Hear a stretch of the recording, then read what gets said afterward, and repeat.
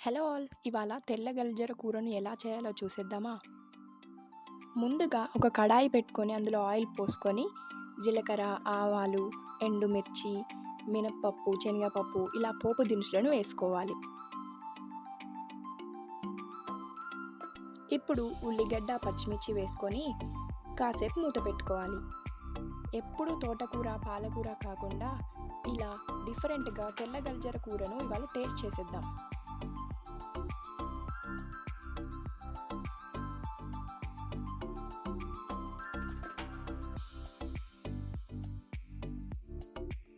తరువాత టేస్ట్కి సరిపడా ఉప్పును వేసుకొని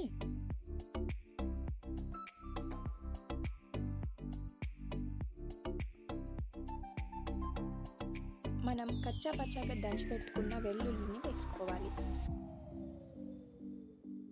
ఇప్పుడు పసుపును వేసుకొని మనం శుభ్రంగా కడిగి పెట్టుకున్న తెల్ల గలిజెర ఆకును కూడా వేసుకోవాలి. ఈ తెల్ల గలిజెర ఆకు హెల్త్కి చాలా మంచిది. ఎప్పుడు తోటకూర, పాలకూర కాకుండా ఇలా డిఫరెంట్గా తెల్ల గల్జర కూరను ఇవాళ టేస్ట్ చేసేద్దాం.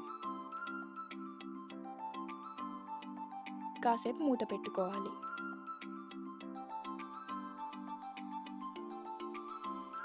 ఇప్పుడు మూత తీసి చూస్తే ఆకు అనేది మొత్తం మగ్గిపోతుంది. ఆకు అనేది మగ్గిపోయిన తర్వాత మనం టమాటో ముక్కల్ని వేసుకోవాలి.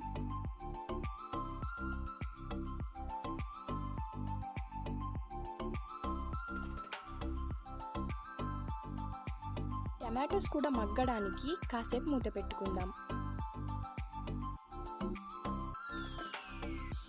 తర్వాత మూత తీసి చూసినట్లయితే టమాటోస్ కూడా మగ్గిపోతాయి.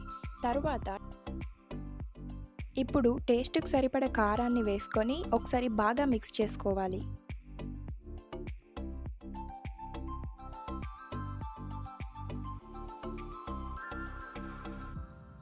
కాసేపు మూత పెట్టి తీసి కొత్తిమీర వేసినట్లయితే మన తెల్ల గరిజల కూర రెడీ. ఈ తెల్ల గరిజల కూర తినడం వల్ల మనకు చాలా బెనిఫిట్స్ అయితే ఉన్నాయి. థ్యాంక్ యూ ఫర్ వాచింగ్ ఈ వీడియో.